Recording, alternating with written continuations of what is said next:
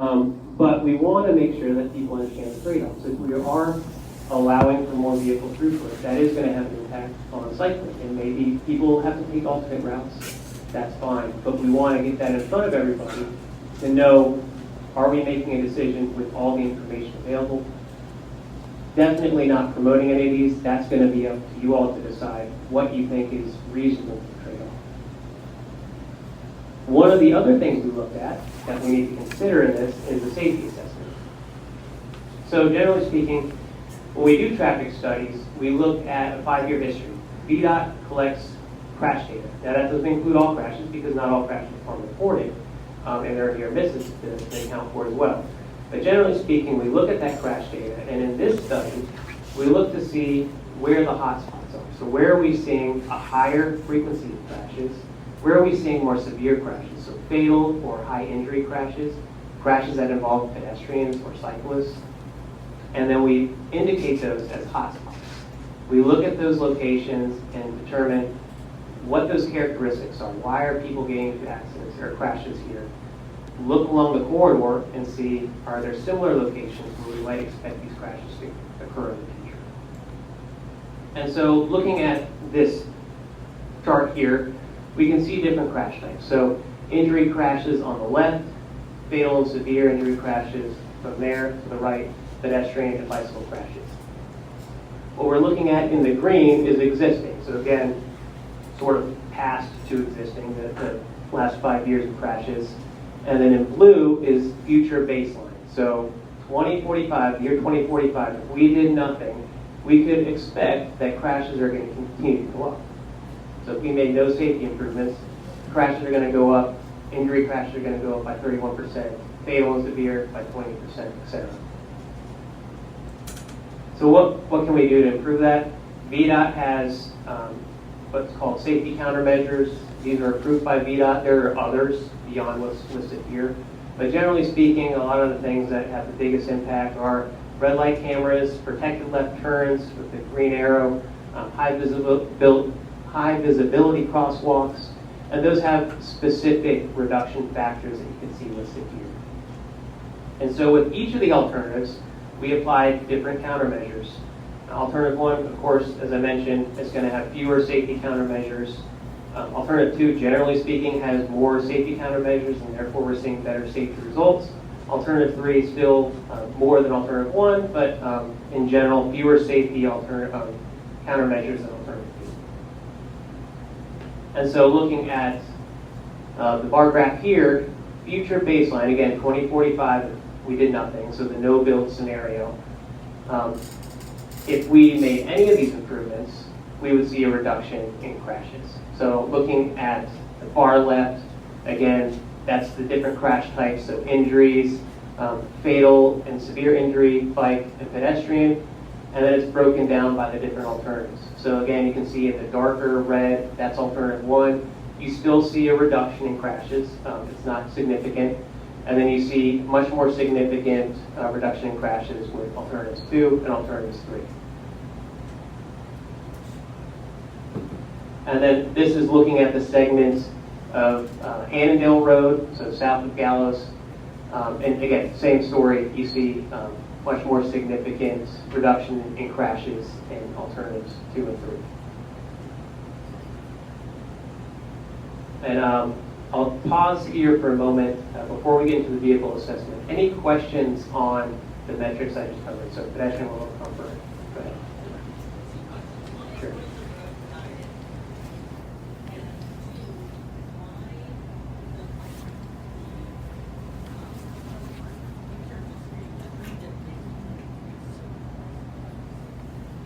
So a road diet is, good point. So the question was, what is a road diet? That's a great question.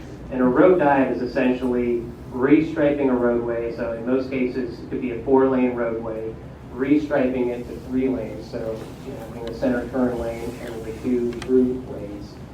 It's really just a restriping, generally speaking, restriping process. What makes the alternative 3 safer? So I'll go back to some of the countermeasures here.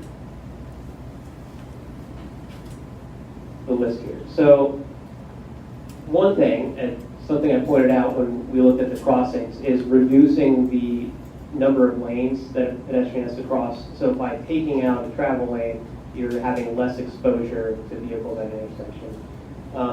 Another one is the high visibility crosswalks. We're able to prohibit right turns on red. But that's really the biggest one, is again, taking away capacity for vehicles, reducing those crossings to then allow for pedestrians to get safer across the street. Sure. Yes.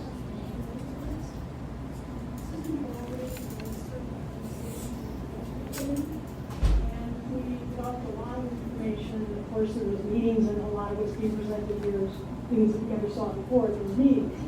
But I want to go back to this because I think I have many troubles with the analysis of alternates 2 and 3, which are reducing the lanes, taking away traffic lanes. It's a road diet. But I want to call attention particularly to this slide and the next one. If you notice there, you can see pedestrian hybrid beacon. This is a pedestrian gets signal.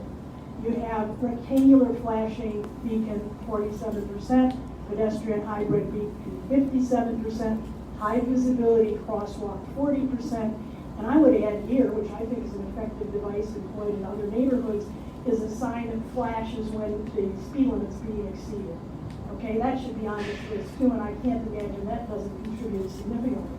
In contrast, we have road diet, and I don't know what the disparity in the reduction is, but I suspect conditions on Gallows Road are such that you're not going to see 43%.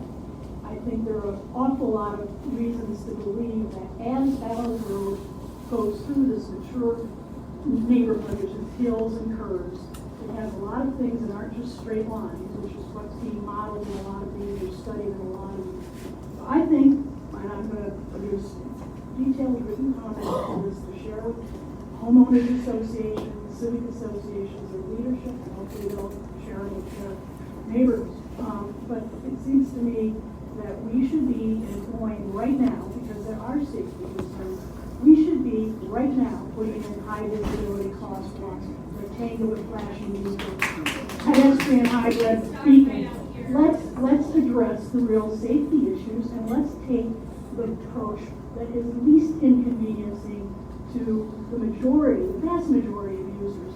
I'd also like to see a real demand study be done on how much transit and bus population is actually being generated in segment 3, as opposed to the areas high density areas such as between Tysons and Berryfield. We don't have, in my view, people here will point out, you don't see any bikers. I mean, I've seen 6. I've counted in 3 years. I think Overdale Road has had bikers on it, and some people tell me they've never seen it. Okay, you need to figure out whether this is going to be used. I know there are many vocal, very vocal bike advocates that will participate in the advisory committee meetings. But the question you have to ask is, where do they live? Okay, there's certainly places where it makes a lot of sense, where you've got a generous right of way. It makes sense to put in those bike facilities. Widen the sidewalks. The problem you're dealing with is that the right of way, as far as I can determine, the right of way in the south segment, does not permit you to install the alternatives you depict there. Okay, you're adding 4, 5, 6, 10 feet that doesn't exist to a roadway, and you're going to take it out of somebody's house that edges up to the sidewalk currently. I think there has to be some assessment of cost-benefit analysis, and not some abstract statistics based on academic studies about how transit and bike lanes operate. You have to take into account the built environment. What is the context? And I'm not even going to talk about safety issues with respect to cut-through traffic that will be generated by eliminating a lane. I think a lot of people will address that issue. Before we take, or I know you all have questions, is there any questions on this? We're going to take comments again afterwards, but questions we want to clarify. So I'll do a couple of those. Sure. Which alternatives have a light that has to go, do all of them have a light? All of them, yes.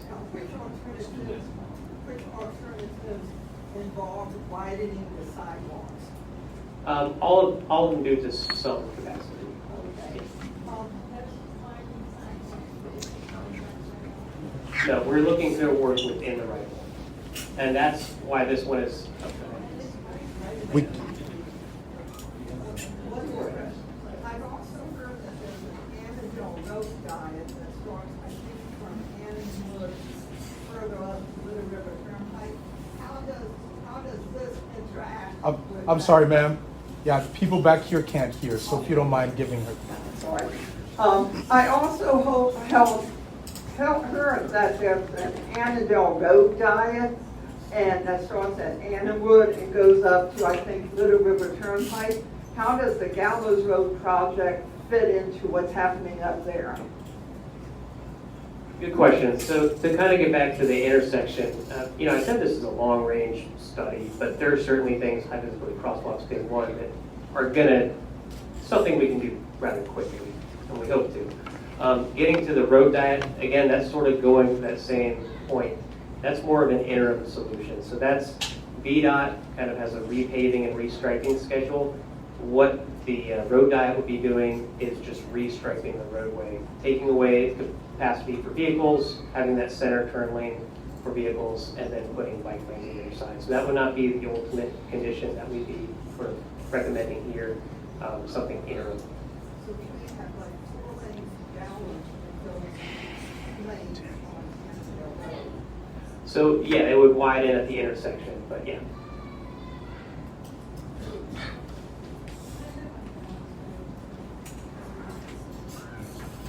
I live on Gallows Road. The traffic is atrocious, and it never stops. And there are racers. People race up and down that road. From that road at the traffic light all the way up to the Beltway. There is nothing to stop them. And believe me, it is noisy at all hours of the day. And what about speed bumps?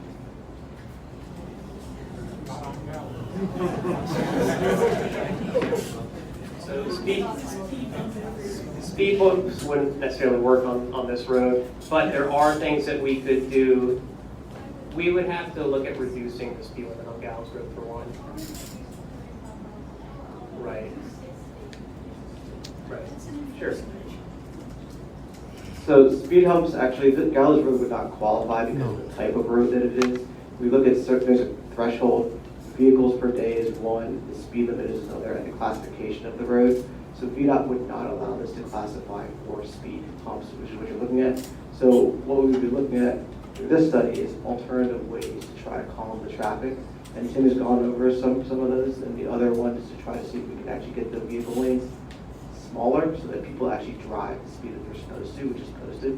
But I'll turn it back over to Tim. And I'll just point out, everybody, Gallows Road has variable right-of-way through here, so we're showing kind of a typical section, but we understand there are parts that are smaller than others, okay? So I just want, if there are any more questions, look, I know people have comments, but just questions so that we can move on so everybody can get to it. We will get to your comments, I promise. Does Walden Lane qualify as a road for speed bumps? Because that's where you're going to force the traffic when you do something like this. It's already.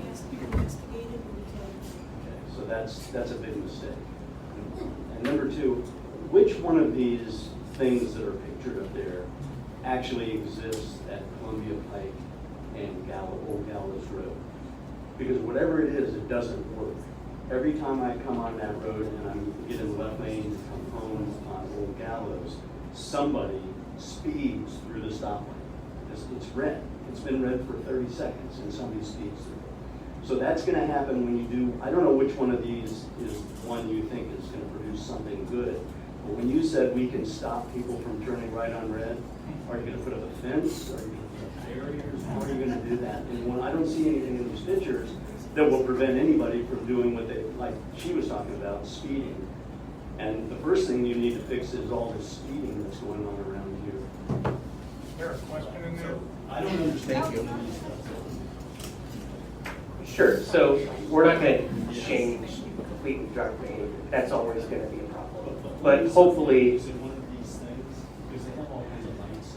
honestly, I'd have to go look at Columbia Pike So it So- doesn't work with line Okay, use. we can, we'll look into that. We'll definitely look into that. Sorry, just a question. Yeah, if you go back a slide to where you lay out the percentage changes, I don't have any concept of how many accidents, what's the absolute number of accidents per year or over that 5-year period. I have no sense of the scale. So it's very hard to see, but this is sort of pointing to an average. So again, average over 5 years. So average per year, looking at 28 here for injury crashes, increasing to 36.6, again, an average, if we did nothing, again, the no bill. So it's kind of hard to read, but we can go to the boards afterwards and take a closer look as well. Okay, so the second question is, how does that compare to some of those, you know, what happens on other streets that are something else?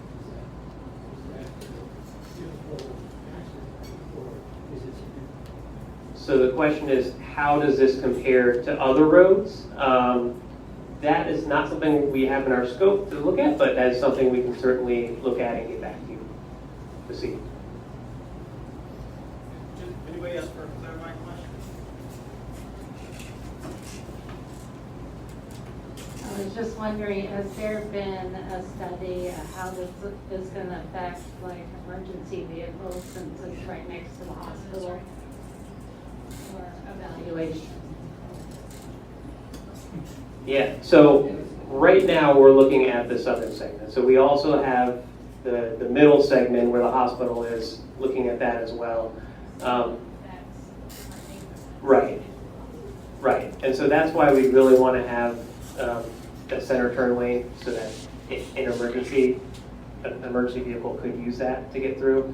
But certainly we need to work with them to make sure.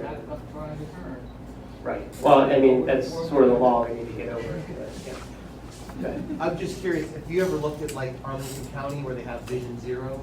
Is there anything learned from them, or is there a partnership there, or? The question. We're in the same kind of region. Yeah. The question is, have we looked to Arlington County because they have a Vision Zero plan, which is basically looking at reducing accidents, reducing fatalities, that is, to zero. We have not specifically worked with them in conjunction with this project, but we are undergoing several studies that aren't necessarily Vision Zero focused, but would be kind of geared towards improving pedestrian and bicycle safety for one. And certainly as part of this study, again, looking at the hot spots and trying to be more proactive. Fairfax County is sort of headed in that direction. Go ahead. How does narrowing the lanes contribute to less accidents? Seems to me, the way people drive on these roads, you're gonna have a lot of side swiping and more accidents if the lanes are narrow. Okay, so the question is, how does narrowing the lanes reduce accidents? And studies have proven that it actually does. So when you narrow the lanes, so if you took a 14-foot lane, you narrowed it to 11 feet or 10 feet.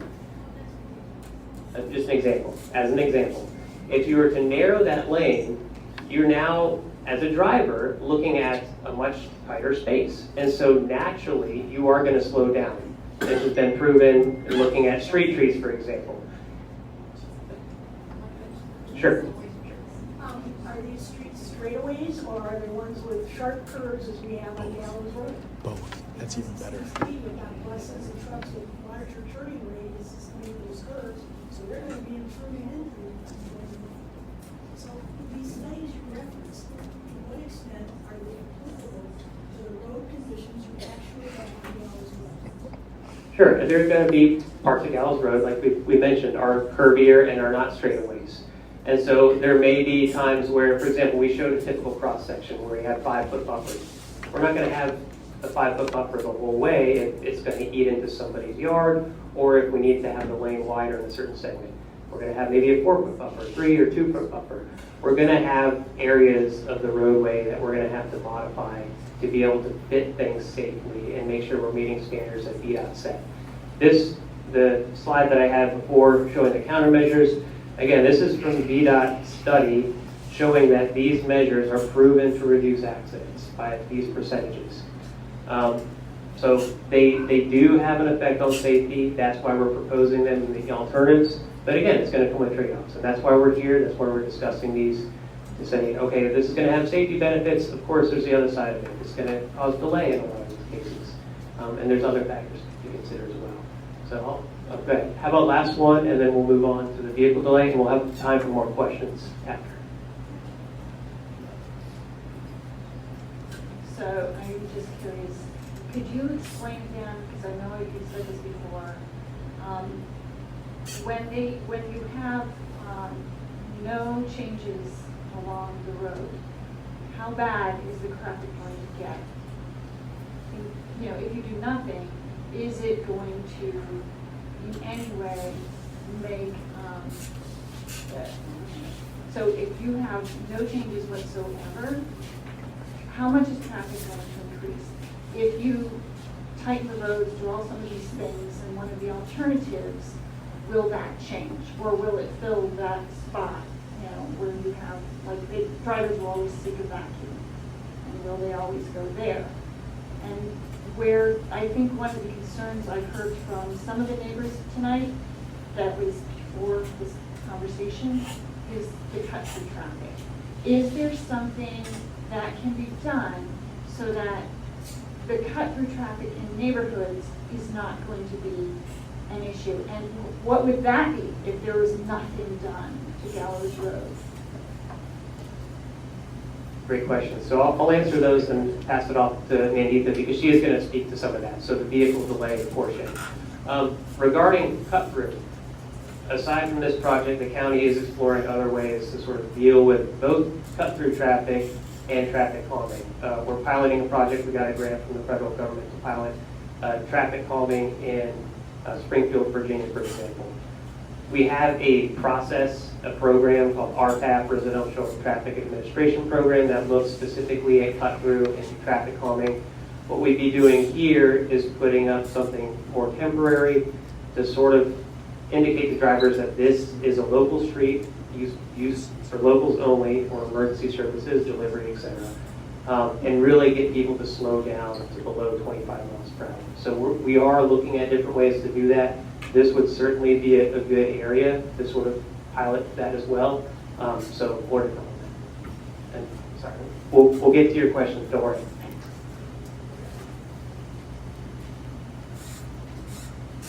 Coming to the vehicle assessment, this is to show the delays experienced by vehicles at intersections within this segment and comparing the alternatives to the future baseline when no improvements are in place. And the top bar shows the PM delays and the bottom bars indicate the AM delays. And the green indicates lowest delays between 0 to 20 seconds and the red shows delays greater than 80 seconds. And for all the alternatives at Hemlock Drive and Aston Street intersections, we are proposing to add a signal to reduce delays for drivers, as Tim just mentioned. But during the AM peak hour, congestion approaching I-495 would spill back and cause high delays at Aston Street with vehicle alternative 1. And both the alternatives 2 and 3 have lower demand to use Gallows compared to alternative 1, with reduced capacity to accommodate transit lanes and bicycle facility, which results in some traffic dispersion to nearby roadways and freeways. And under all alternatives, Hummer Road and Little River Turnpike intersections experience high delays due to high volumes. And under alternative 3, with reduced lanes to accommodate the cycle track, results in some queuing, extending to Gallows Road and Annandale Road intersections. Due to this bottleneck, delays to the north at Aston Street would be lower. And with alternative 2, the delays would be lowest due to lower demand volumes and more lanes compared to alternative 3. And in addition to congestion at I-495 southbound direction, with traffic not being able to get to this segment. And this graphic here shows the travel time for the alternatives compared to future baseline. The green color-coded numbers show decrease in travel times, and red shows increase in travel times compared to the baseline.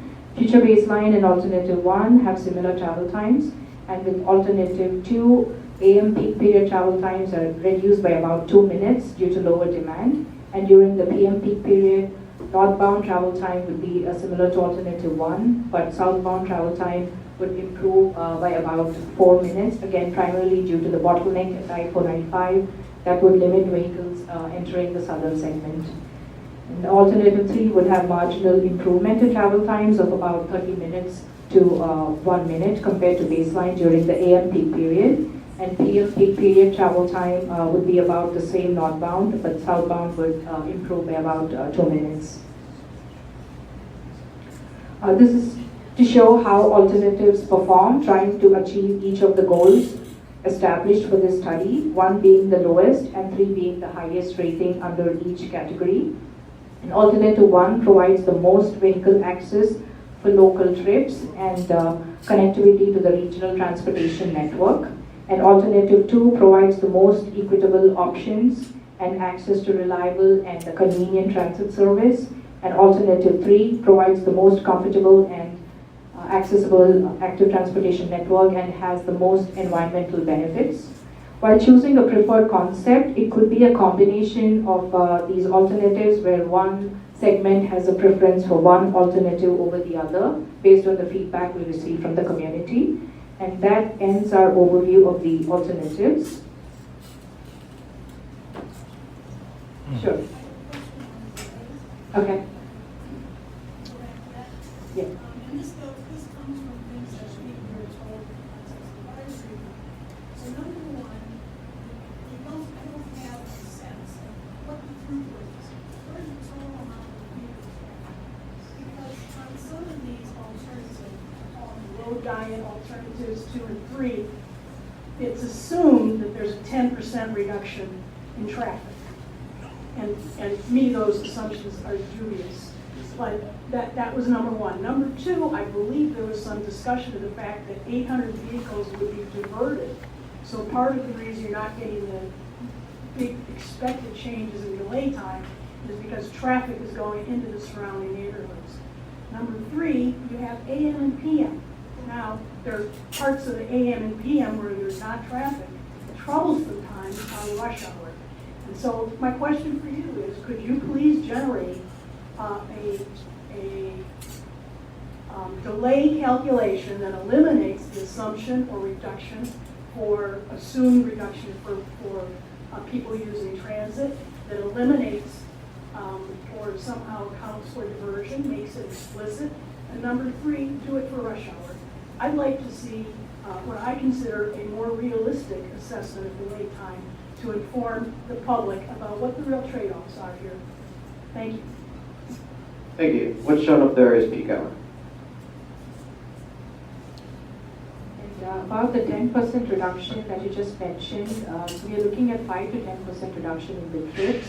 There is this TrendLab planning tool that we used along with the travel forecasting model, which shows these reductions because of telecommuting patterns, and it could be e-commerce, shift to autonomous vehicles, and generally the demographic preferences. So that's the 5 to 10% that we, yeah. Yeah.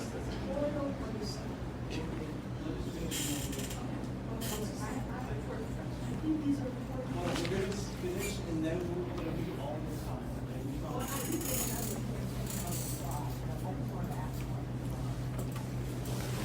Is it the Denise line?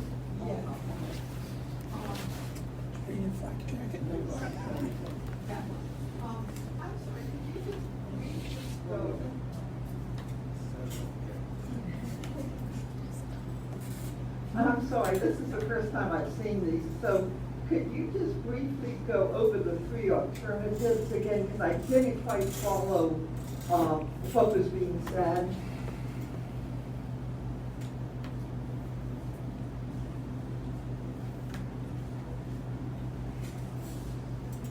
This is for the 3 alternatives, how they compare with the baseline without any improvements in place.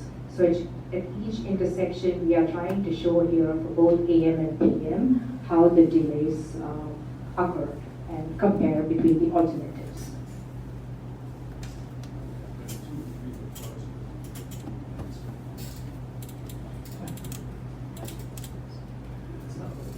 They're taking the Beltway, they're taking Route 50, they're And like Mike said, we will come back to the questions after the presentation is over. If you can bear with us for a few more minutes here. And behind that question, I don't understand the alternative. Because all three alternatives use the same width of right of way, but in different ways. Alternative one uses it this way, alternative that way. Alternative three goes it, was the right of way, wider or more narrow.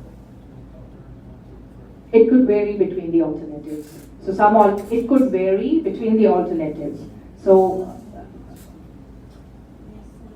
So when you get to alternative three, you need more space than alternative one. it could be different for alternatives again, depending upon the location. And there are certain areas where alternative 2 could require more right of way, and there are some areas where it varies. And sure. And moving on to the other part of our study, connectivity across the Beltway, and looking at various options for bicycle and pedestrian crossings across I-495. We looked at 6 possible locations, and the general selection criteria included considering connection points to existing bike lanes and sidewalk facilities, avoid or minimize impacts to existing buildings, utilities, and water resources, provide adequate space to accommodate grading. And options 1 to 3 are between Gallows at I-495 and Route 50. And option 4 is just north of Route 50. And options 5 and 6 are between I-66 and Route 29. I'll go over these options in detail in the next slides. But we would like to make recommendations for 2 or 3 locations from this list of 6 based on your feedback. Some of the benefits and disadvantages of each of these options are listed here.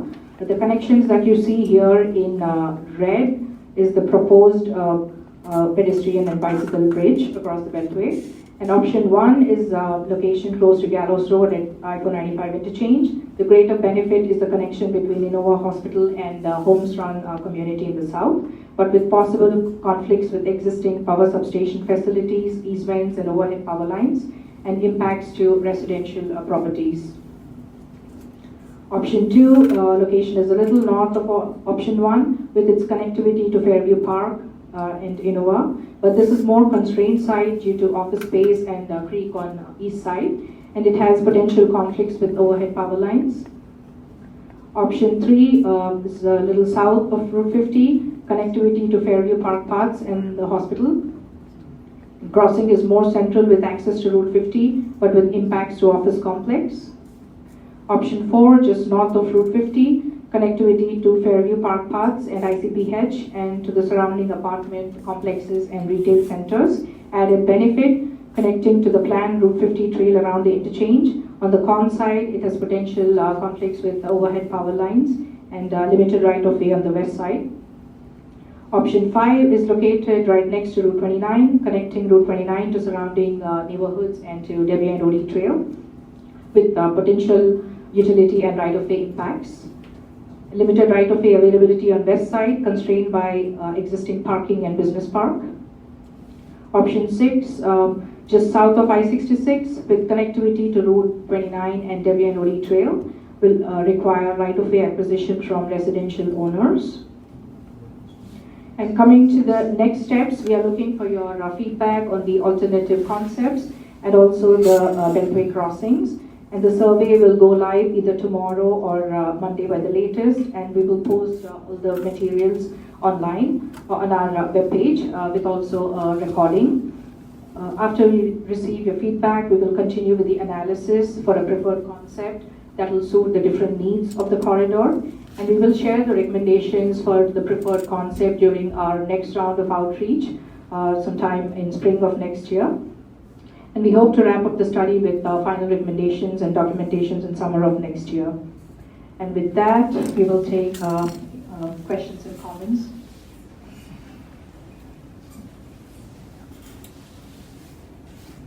Hi, okay, so if you do have a question, we're going to try to start with people who haven't spoken and then come back to people who have. So I'm going to come around, and then I'm hoping you can speak loud enough for whomever to kind of. So if you haven't asked, yes, and then we'll go from there. I don't in the morning, the traffic on Gallows backs up going into the Beltway as far as the eye can see. If we cut down from 2 lanes to 1 lane, then the backup will go into the centre of Annandale. Yeah, I have something to add to that. I live on Marshall Drive, and I think what's going to happen is that people, when the traffic backs up like that, people are going to bail, and they're going to take Marshall Drive to avoid the backup traffic on Annandale Road. They're going to take Walton Lane, so that's going to be an alternative, and I confess that I'm guilty of doing that.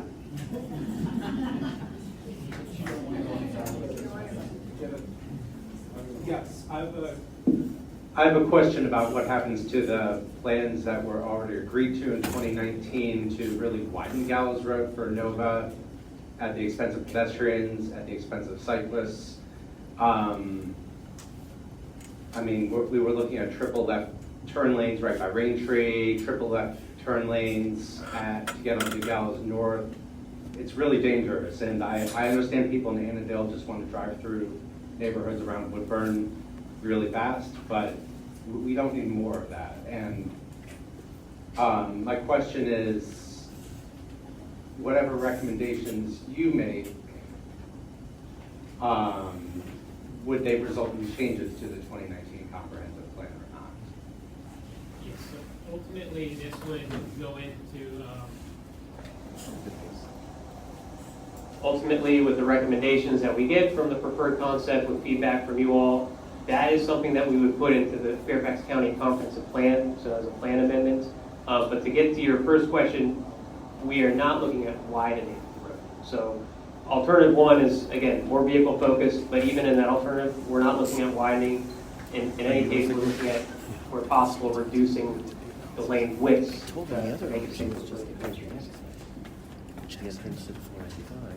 And to your question about Innova, they have proper improvements that are tied to the building plans. So what we were trying to do is they come in, we would actually ask that they talk to us to make sure if we could do a proper interpretation. So maybe not build that in lieu, see what else might be more appropriate. So to clarify with you, a lot of the road widening is part of, a lot of the road widening around here, right next to Raintree, is part of proper condition agreements.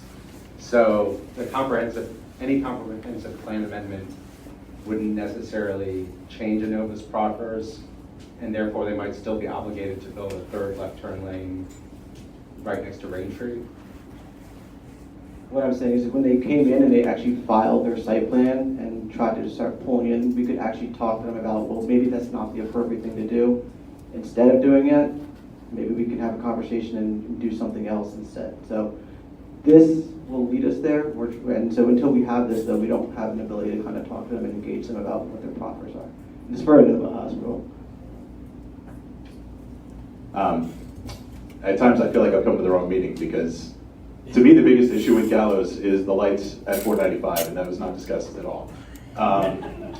So, you know, obviously the hot lanes light is crowbarred in there. That was never really intended to be part of the plan to keep traffic moving. And with the frequent ambulances resetting the lights every single time. So, I mean, getting to the Beltway stinks in the morning. It stinks coming home, getting off the Beltway, and getting on the Gallows. I've actually, you know, I paid, and it's $20 for me from 66 to get to Gallows. I've sat at that light to turn left through 3 and 4 cycles of that light easily. Just because, again, it's ambulances coming to the hospital. So is there any way that we could explore a flyover ramp for ambulances to get to the hospitals that are not affecting the same lanes that we're all using?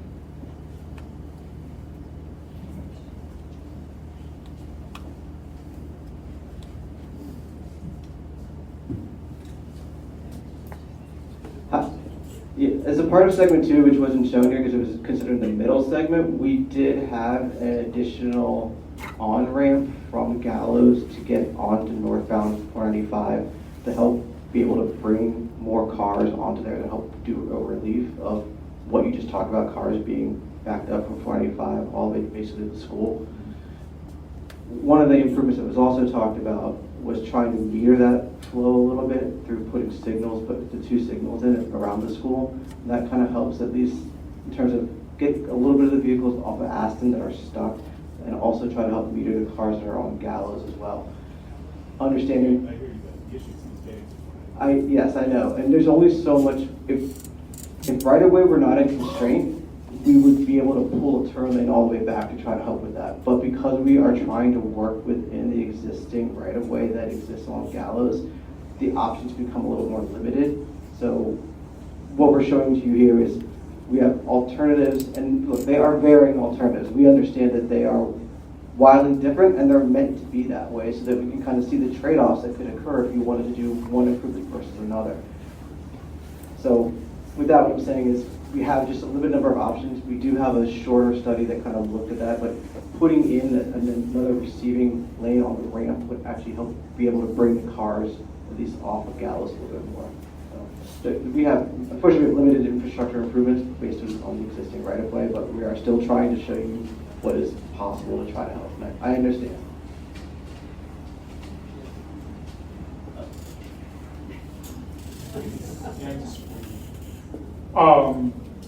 Have you taken a look at the numbers and statistics and the rise of e-bikes in commuting, Strava hot lanes, hot routes, because bike riders aren't stupid. They're not going to ride on Gallows in the current configuration. They find side streets to get to and from. As it is, we can't get into Merrifield. You can't get really anywhere between Fairfax Hospital and Dunmore effectively. So viewing bicycles as transportation rather than toys, and plotting for the rise of e-bikes becoming more friendly to those who are not necessarily as fit or as coordinated as others, providing them access to use bicycles as transportation. Have you taken a look at these numbers?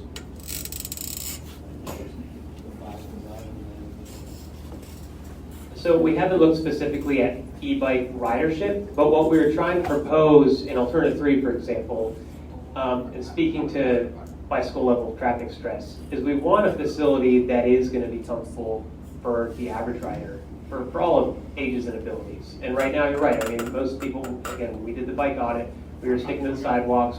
Most of us weren't riding on Gallows unless it was very wide stretch without a lot of traffic. But that's kind of the point of Alternative 3, is to make sure we have a facility that works for more people.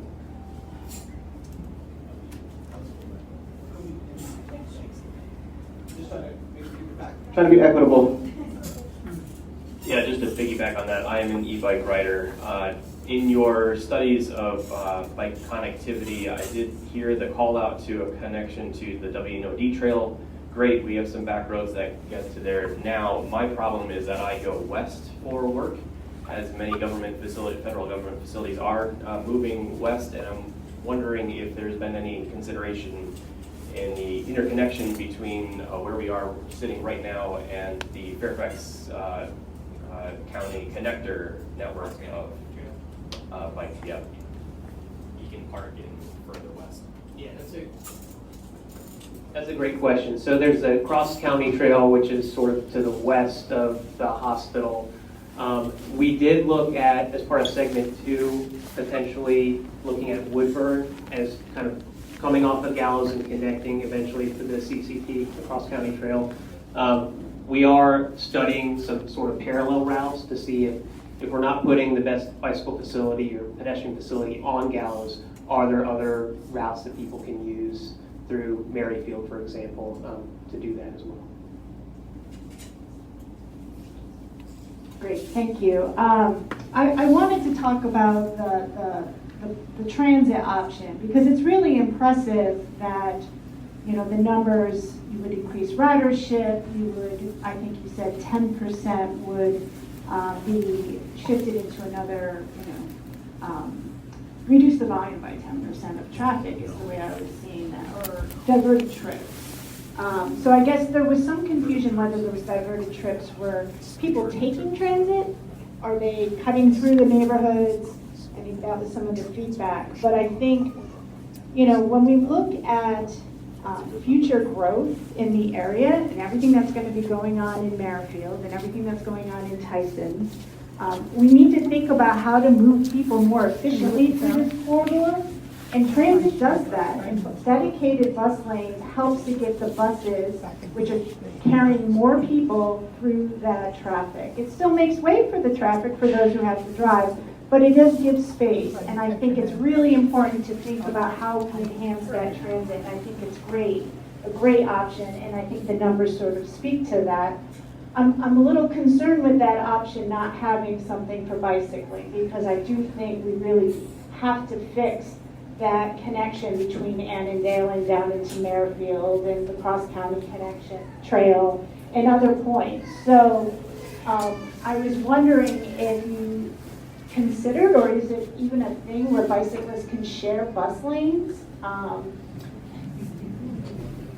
You laugh, but NACDO has shared dedicated bus lanes for bicyclists because they tend to be less frequent than high-speed cars. You know when the buses are coming, and you can share that more effectively. It's not ideal. I don't know if you've looked at alternative routes that may be on side streets that could create a bikeway or not, but I think I'd like to better understand if we go and try to support the transit option, which is certainly the most efficient way to move people, how do we make it better for bicycling? So that was one part of it. The other one I wanted to talk about with regards to the Beltway crossing. One, it's absolutely imperative that Route 50 gets a crossing that is in close proximity to Arlington Boulevard, the Arlington Boulevard Trail. There is no way to cross the Beltway to access the Merrifield area and Gallows Road coming that way. There are crossings on Route 29, and there is one on Gallows. It's terrible. It's you cannot ride a bike safely across the Beltway along Gallows. Have you given any thought, before building a bridge adjacent to it, have you given any thought as part of this on how you can improve the bicycling and the walking access across the Beltway on Gallows as part of that? So I guess it's how do we get bikes into the transit option, and are we looking at improving biking and walking access across the Beltway on Gallows? Sure, those are great questions. So that could be something we look at as part of the preferred alternative, if that's sort of the way people want to go. But if we look back at the cross sections, we had 5-foot sidewalks, 5-foot buffers on both sides. We could take some of that. So maybe we have a sidewalk on one side that has no buffer, and on the other side we have a wider shared use path, for example. So there's ways we can maybe reallocate. That's obviously going to be to the detriment of one side of the road, but that's kind of the problem we're in here with this limited right-of-way.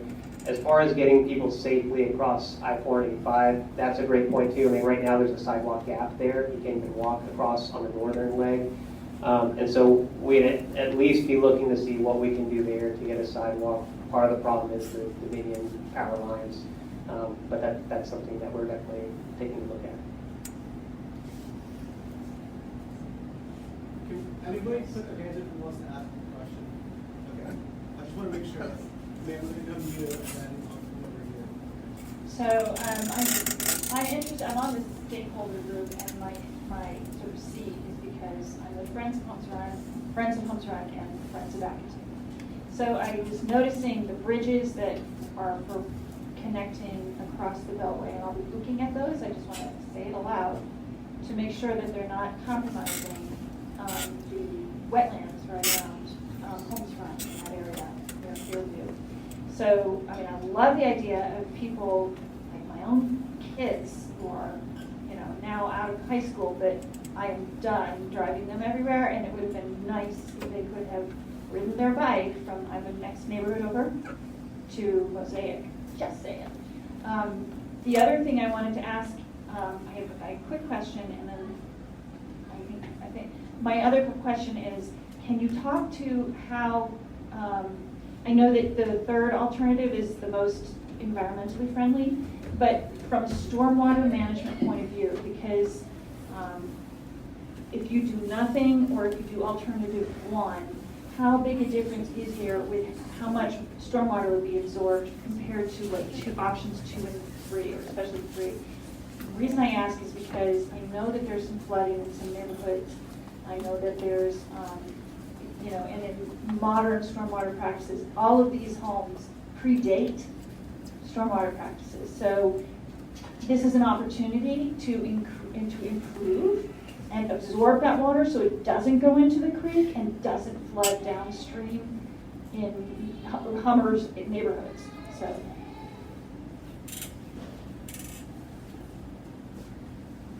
I'll attempt that one. I think one thing we would consider is the width of the landscape panels that we're proposing and what goes in there. So if we have more space to sort of capture rainwater that way, planting street trees, for example, might help.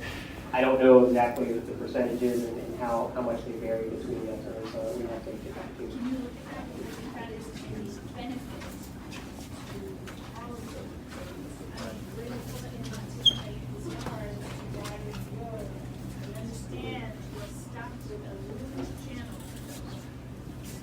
Basically, it's a car sewer when you go through, you know, when you go through Gallows Road in certain spots. And that's, I credit you for trying to improve this, where you've got people worried about spillover. You don't have no room, no wiggle room to add lanes. So, and we all know that as soon as there's an easy road that somebody builds or a better way, it's simply going to fill up with more people because that's where they're going to be sent.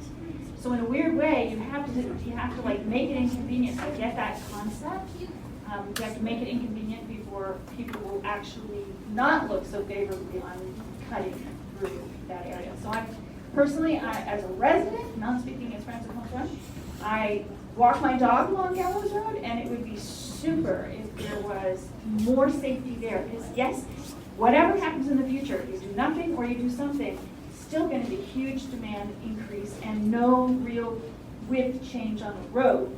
So what I would like to see is that in the future, at least there be options for people besides drivers to be able to live along there more peaceably and also to be able to ride their bikes through on a commute and take maybe one or two more people off the road.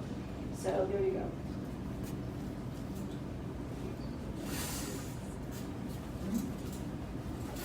Yeah, I guess I just wanted to remind people that 40,000 people a year are killed in crashes. I'm a driver too. I'm most of the time a driver. That's the way I normally get around.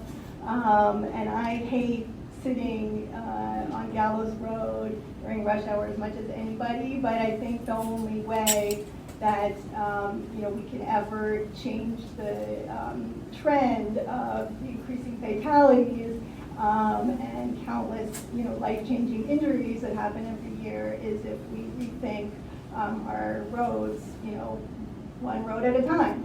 And in particular on Gallows, the crashes here, like in most places, are largely speed related. But another element on Gallows is the constant sort of weaving and lane changing. And that is part of the beauty, I think, of the road diet and why I would support an alternative that includes that. And, people talk about how this road is configured. My understanding from longtime residents is this was a 2-lane country road and they didn't do much to change it when they added, more lanes. And so it's not really appropriate for, the space we have isn't really safe for 4 lanes. Finally, I also just wanted to add, I often have to turn left to get to my house from Gallows. And, as a driver, that is one of the scariest moments when you're sitting there.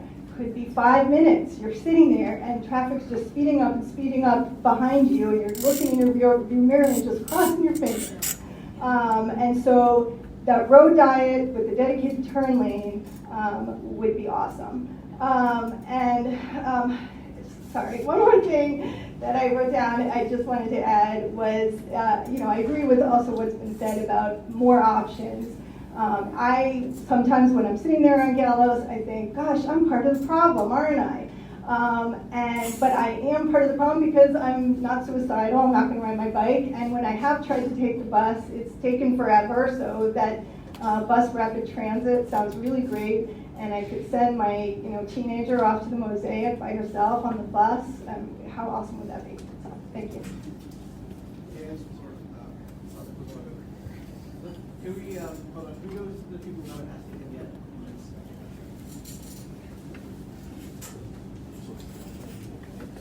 Thank you for presenting tonight, first off. Clearly, this is very decisive and might take decades for approvals and development, but one thing that seemed consistent across all three was traffic signals at Hemlock and Aston. Is that something that will be prioritized? Yeah, I mean, that's something, that is something that we've heard through the stakeholder group is a major concern, and so I do think that that is something that we'd be pushing as more of a short term.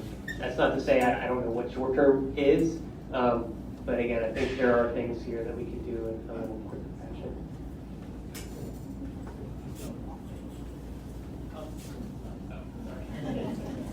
Yeah, I wanted to echo some of those concerns too about, this is a long-term thing, long-term plan. Nothing on these plans is going to happen for 20, 25, 30, 40 years from now, right? So what can we do in the meantime to address some of these really bad issues on Gallows Road? So we're at elementary school right now, and kids can't cross the street. They can't even cross Hemlock to get into Homes Run Acres because cars speed up this road.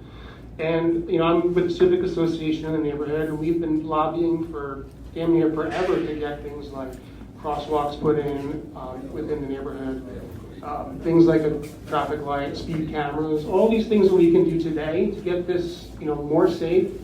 Doesn't matter with any of this future proposals. So what are we going to do to get that stuff rolling now? Thanks. That's a great point, and we've already heard from a number of you today that this is something that you really care about, and it makes sense. That's why we're at the meeting at the school, is because this is something we've heard even through the stakeholder group and past community meetings as a major concern. So we are developing a report that's going to have sort of an implementation schedule. From hearing the public comment, this is something that we would generally push forward as a shorter term improvement, given the public outreach that we've done to kind of identify this as a major issue at the signal at Aston and the signal at So one thing that would also help is that if we find improvements through this study that you all are really passionate about, you think like these signals should go in, tell the Mason District Supervisor when the study is kind of coming up, hey, this is something that we really think should be prioritized. The county has a transportation priorities program that we put together, intersections, pedestrian, bicycle improvements, street improvements are all part of it, so this could be part of that as well. So I just want to kind of at least put a plug in for that. Yes, I would say that, picking up on your comments, I think you're biting off too much here in the analysis. You're looking you got three alternatives, and the second and third alternative are probably more in the future than the first alternative, even though it's vehicle oriented. I think you really want to do, what can we do now being 5 years, that would improve safety and operations on the corridor. And so you can spend more time in the study and knowing how studies are developed here and so it works. You might want to refocus your efforts to what plan can we come up with in 5 years. What can we do? Because 5 years from now, we might have different situations. And, pardon me? Yes. Well, no, you can't answer the questions for 25, 30 years from now. You just don't know what's going to happen.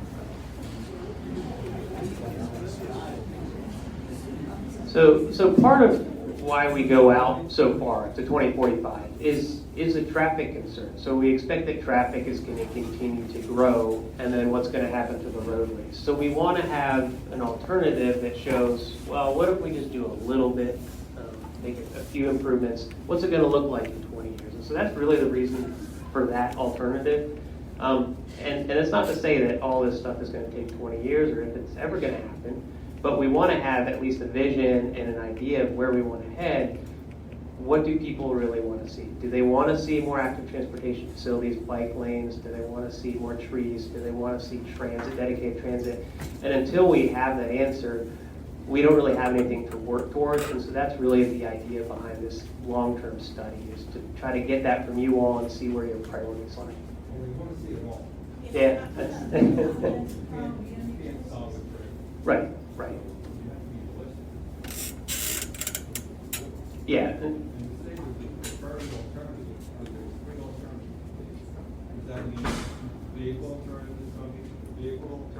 going to be selected, or is the transit alternative going to be selected, or what's the third one, the active transportation? That's a nice buzzword for everybody riding bicycles. Is that what that means? We're become Sweden, maybe it'll all happen, but I don't think so. So I think you've got to look at it in scoping, time-wise, and what's realistic, and come up with, you've heard all the problems. I mean, you didn't have to come to the meeting to hear these problems. You know what those problems are. And what do you have that will solve those problems in the next 5 to 10 years? So it's a bit of both, right? So we want the long-term lofty goals, and maybe this stuff, like you said, that won't happen because it's too much. But we also are going to have short-term recommendations, as I mentioned, the Aston signal being one. Some of these other improvements, high visibility crosswalks, that's an easy thing to do. Put in those recommendations. It's not just, oh, let's plan for something 20 years from now and let's sit this on the shelf. There are going to be short-term recommendations. We are going to develop an implementation schedule to see what we can get done, because there are plenty, not just here, but up and down the corridor, pretty immediate concerns that we're hoping to address.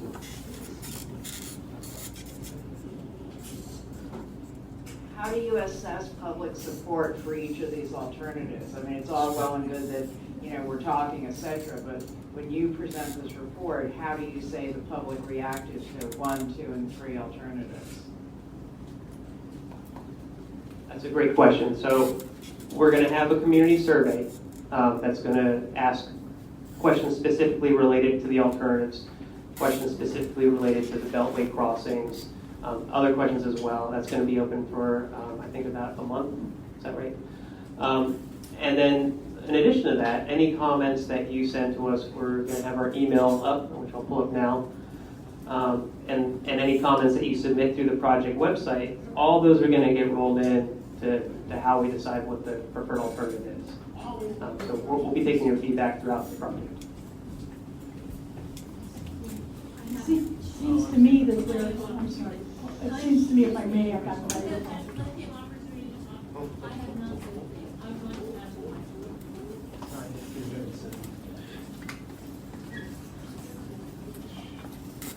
Thank you. When I look at the crossovers for the Beltway, one thing that comes to mind is for the Fairview Park and its long-term use, conversion of commercial buildings to residential potentially, and then also the development of the Innova site. It's a lot of land looking way down the road. I'm sure they're going to be intensifying the development of that area. If you were to have a crossing between Innova and the Fairview Park area, that would greatly facilitate the interaction between those two areas and improve the economic viability of both, as well as supporting the increased need for housing. So just Thank you. So we're going to go to you, and then we'll come back up there.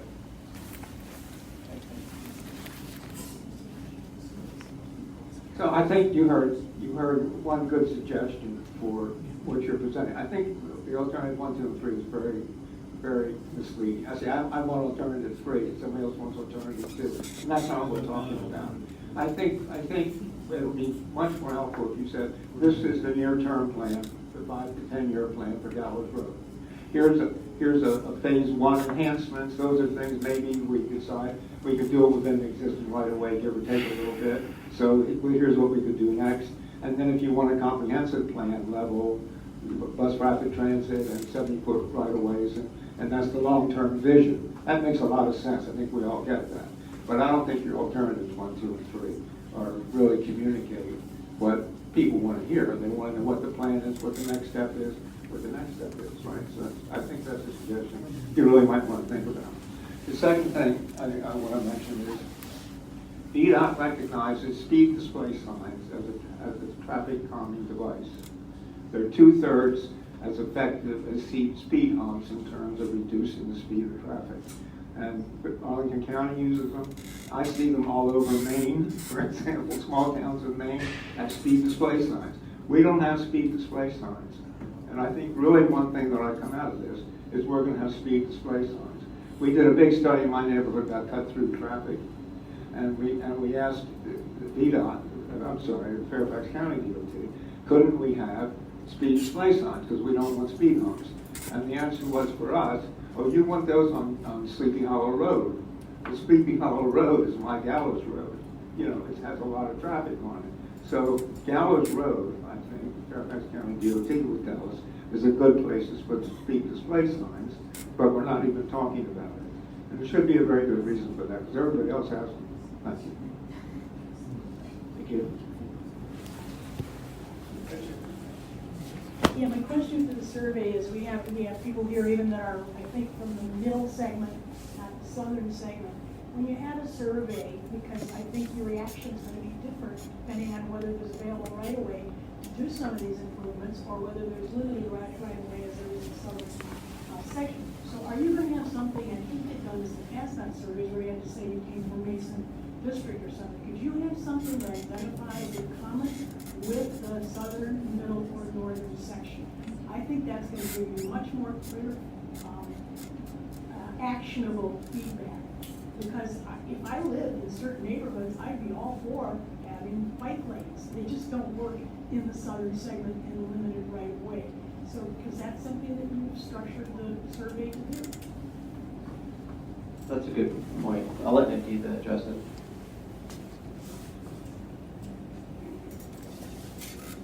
Our survey is segregated by segments. So, You're asking if the people who are taking the survey can identify whether they use the southern, northern, or middle segment on a daily basis. Well, I think there's a way for us to ask our survey team how we can capture that. It may not be, do you live here, because that's not always the right way to make kind of those decisions, because there are people like, oh, I identify I live here, but I don't actually live right there on the corner.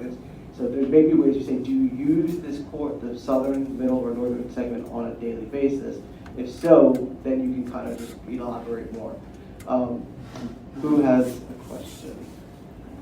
Okay, if you ask, I'm going to come back to you. I'm trying to get to the people who haven't had the ability.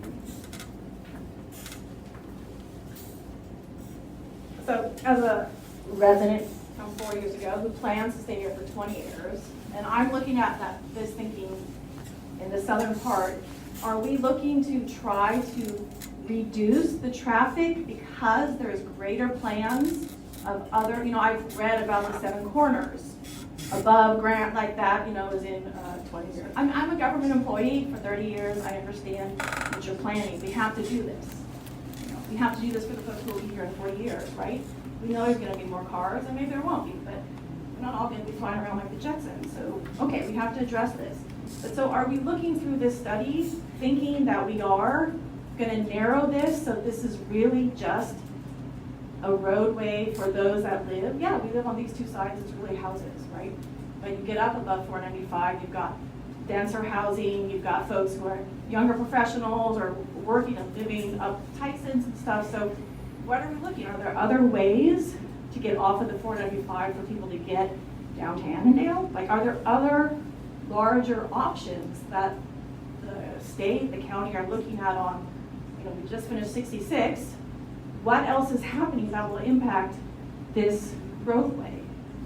Why should it only be those, to me, I'm thinking there should be a greater plan. And so are we narrowing this to limit the cars, just of us living here, or not, or no, it still needs to be a clear place.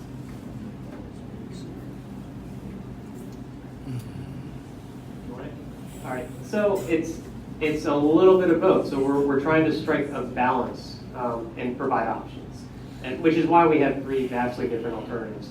So we're expecting a lot of people are going to take regional trips to along Gallows Road and up to these big regional generators like the hospital, like Mosaic, and they're going to still use that middle segment of Gallows Road.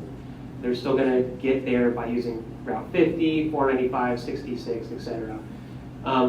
The character of segment 3, the southern segment, is much more, as you pointed out, residential. And so I think that the thinking is we want it to feel that way. First of all, we want to hear from you to see what you want, but I think that The idea is to get it to a place where people have options and that it's not just a raceway. Because we've heard that over and over. People speed down this segment of Gallows. It doesn't feel safe for people who are trying to walk and bike here. And so is there a way through exploring how to reallocate the roadway capacity for these other modes? Is there a way to do that? And what are the trade-offs when we do that? So I hope that answers your question. In giving input on the website, do we have to just stick to the 3 alternatives, or suppose you like pieces from more than one alternative? Can you give input that way? Then also, what's the end date for giving input? And then, is this expected to go to the Board of Supervisors in the spring? And if so, if it passes, when are you planning to implement this? So the first question was of the alternatives, can you pick and choose what aspects you like? Absolutely, yes. We expect probably that the preferred alternative is going to be some mishmash of what we presented to you all today based on your feedback. May not be, but yes, certainly you can do that. As far as the survey deadline, do you? So we plan to keep the survey open till around December 20th. And once we receive the feedback, we will be working to develop a preferred concept for the entire corridor, taking that feedback. And then we will come to the community again with that preferred concept and seek feedback again. So that's when we will have our final recommendations, and that's what is going to the board. And when would that be? That we are looking at March, April timeframe for the third outreach with the preferred concept. So that's when we'll be coming to the community to get your feedback. Going to the board would probably be summer. Much later, yeah. So is this like ingredients? Like what you presented is ingredients. These are the tools you're using. You're going to put them together like a jigsaw. And what you're trying to do. So do I have this right? This is like ingredients, and you are trying to put them together like puzzle pieces. And if I live right here and I'm really interested in some of the things that people are interested in here with the transportation, the alternative 3 might be better around school. But if I live down a few blocks and I'm really worried about, some other thing, you can be that surgical in how you put pieces together. I mean, I think it depends on what we hear back from folks. I mean, if there's a big outcry that, we really don't like alternative 3 down in this section of Gallows, but we think it could work here. I mean, this is a huge corridor. I mean, we've broken it up into 3 segments, but total it's 7 miles. And so we expect there probably will be vastly different looks to the corridor as there is today. So yeah, we can certainly kind of look at it more granularly as well.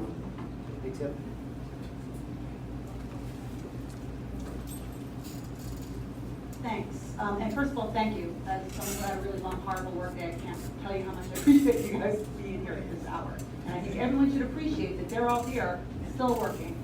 Thank you. The other thing, that's a question, you can pretend it is, but really, I think this is the direction we want our area to go in. The final plan is not going to be A, B, or C. It's going to be whatever they can manage in our realities and the time they go in. So what direction do we want to go in? What is more important to us? Where do we think we want to go? This is not a concrete plan. It's and even when they do the final plan, that's not what it's going to be. It's going to be something else as it evolves. What direction do we want it to be? And remember that we do be paid according to what happens. If you have a narrower road, you drive slower. That's proven. If you make it easier for people to take the metro and harder for people to drive, people will take the metro. If you make it easier for people to walk somewhere instead of take their car and think, hey, I want to be healthy, I'm going to take that walk, I'm going to jump on a bike, I'm going to get a scooter. I mean, there's new transportation modes coming up all the different times, but you have to have a friendly environment to be in. So I guess my question is, this is not really a concrete A, B, or C. It's really the direction we want our area to go in. Is that true or false? I think. Thank you, and that's a fair statement. I mean, we're putting this ultimately into our comprehensive plan, which is a guide. So it's a guide.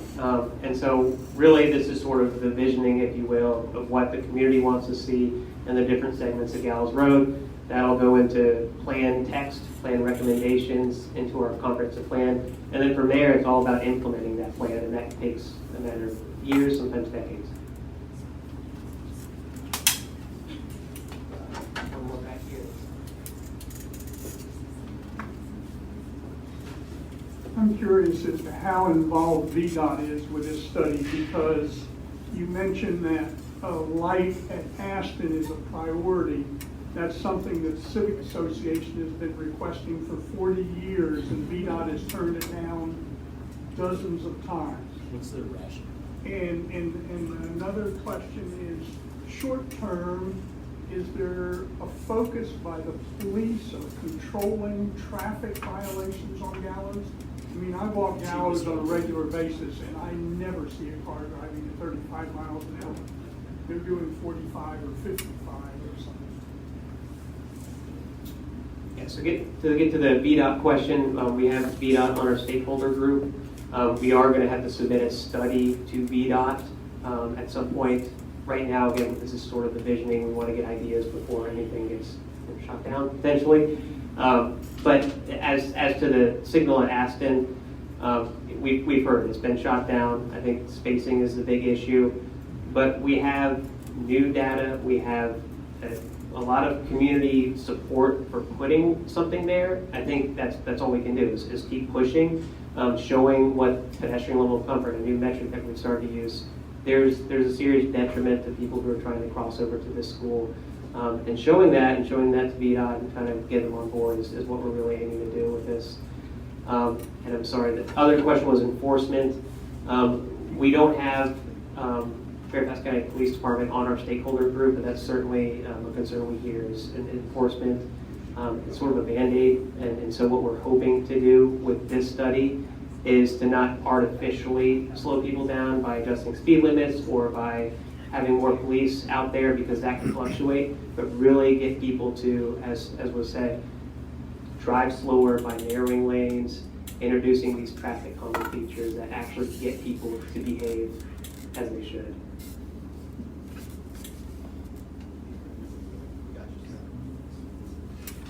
I don't think that's a good answer to the police situation. I mean, they could come up with an alternative force of young people who want to become policemen, who could help identify the people who are speeding all the time and running red lights and that sort of thing. So I think you really need to think that through a lot better.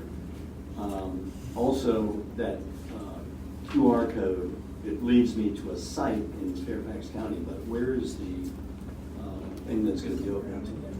It's not where that QR code is. Oh, the survey's not open. Will it be where the QR code, and how will we find it? That's where I am. I just don't see where I find it. It's just, it's going to be there. Just wait for us to kind of get it posted. You'll see survey link. And the other thing I tried to ask earlier was, you can take your bike on a bus. So why do we have to have both bike and bus restrictions, lanes restricted?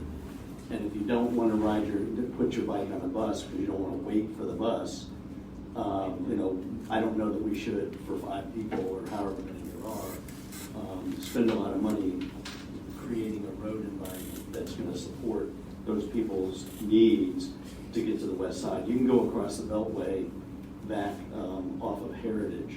It takes you out to Audrey Moore, which isn't exactly where people want to be, but there is a crossover from up the Beltway back there.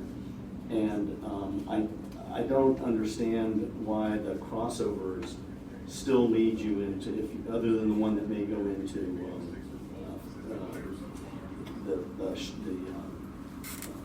from the hospital to where the Marriott is and all that, Fair Oaks or Fair Lakes or whatever it's called. Too many fairs around this place, but yeah, that one could lead you out again to a place where the bike lane is. So I don't, putting more people on bikes on Gallows Road, maybe if you go with alternative 3, that's a good thing to do, but I just, I don't understand that.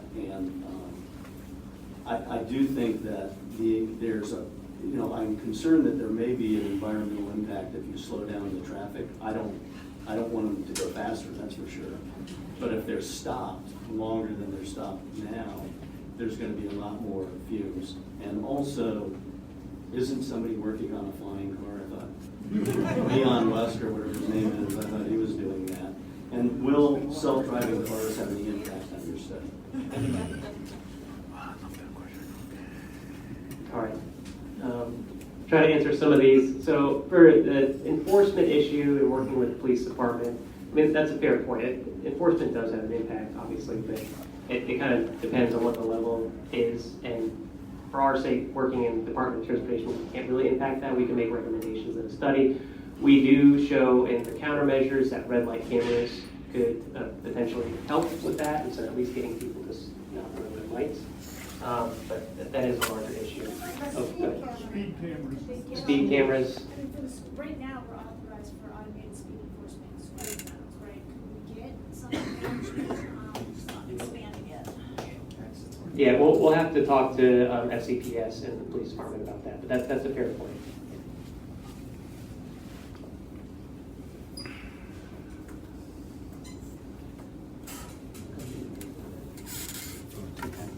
I want to make a comment about the police situation. I'm from Braintree, and every time there's an accident close to 495, they pull into our community and they block the entry coming south, to get in the community. So we have gone to the police at the Mason District office, and the response is they don't have the manpower to put a car there, once a week or something, just to, slow the drivers down. So that's the only thing that we've been getting for years now.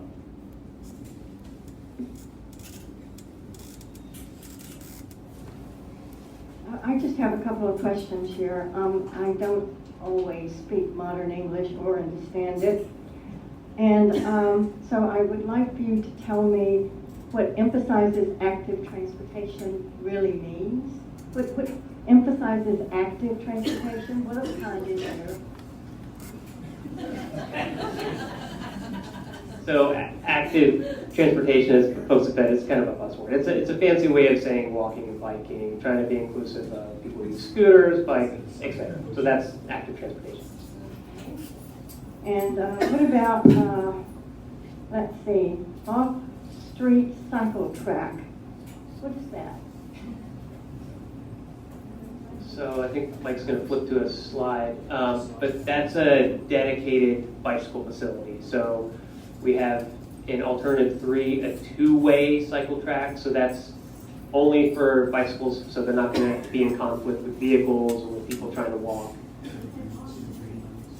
Yeah, so that showing right there is on street, but we could also, we show one where it's off street right there, so option B. Yeah.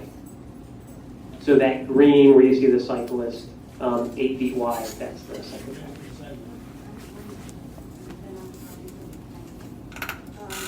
Just so I'm clear, I want to know how many automobile lanes are in alternative 1, 2, and 3? How many lanes for automobiles in alternative 1? And 2? 2. Only 2 in alternative 2. Okay, and 3? So 2 through lanes and then 1 center. Thank you.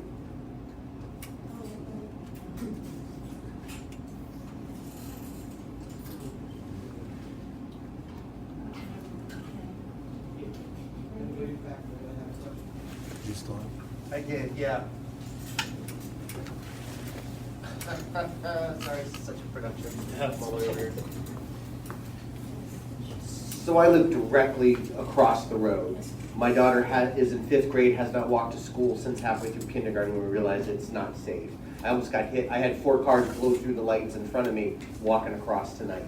Don't get me wrong, I love the idea of getting more police officers around here, or as you mentioned, the cadet corps or whatever, I sign up. But I really do think that anything we can do physically to slow the vehicles down in this corridor is the key.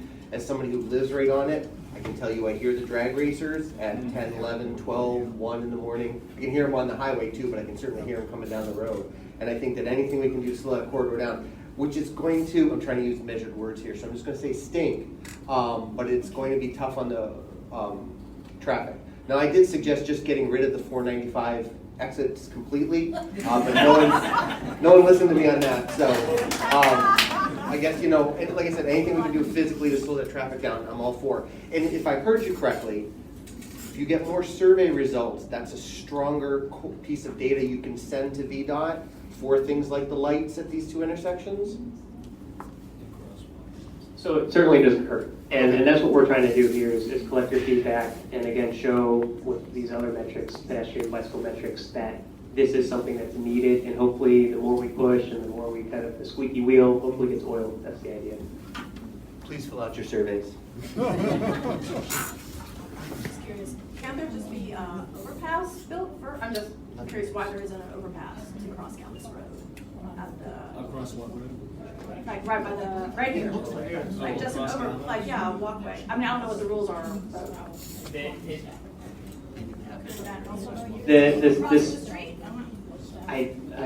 We haven't looked at that, but my guess is that there's not enough available space to be able to build one, and one that meets ADA accessibility. So, yeah.